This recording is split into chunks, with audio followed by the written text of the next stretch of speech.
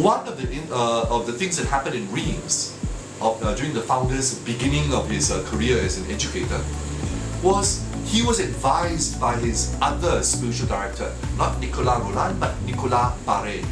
They were advised that, if you really want this project of establishing the schools to be God's work, then you should not be investing so much in it. You just do what God requires, but spending your family patrimony or inheritance on the schools may not be the right thing. God will provide. It was the spirituality of the time as well. So the founder had to decide, how to get rid of his family wealth and all, which was his part. He didn't get rid of the wealth, the money that belonged to his brothers and sisters. It was his personal share as the oldest son. There was a mini ice age. When this mini ice age hit France, I think the National Geographic magazine called that the mini ice age because it was a prolonged winter. Thousands throughout France died. Infants and older people, they could not take the cold, and because the winter was so prolonged, the farmers could not plant in spring. When you cannot plant, and there's no food to eat, you eat the seeds you're supposed to plant. So there's nothing to plant, or there's something to plant, the ground was too hard to dig. So with so many deaths, famine across the land, the poor came thronging to the cities all over France, begging for food. But even the rich, the founder's relatives, could not feed their families.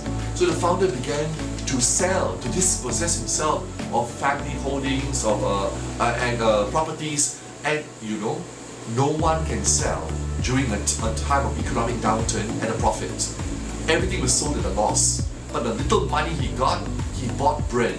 And he distributed to the poor, even to the rich who had no more money left. So by the time the famine broke, the founder had no more money in the bank. He had nothing to begin with, as the gospel says.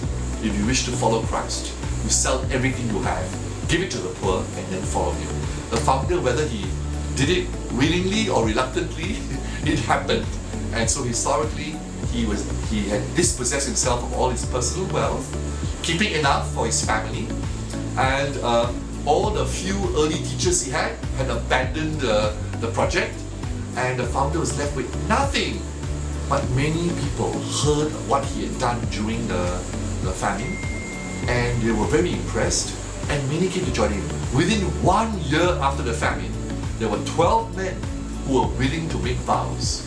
Now take note, before the famine, they were just ordinary teachers. But after the famine, they were more like religious brothers. And they all took vows 1 year on Trinity Sunday after the famine had broken.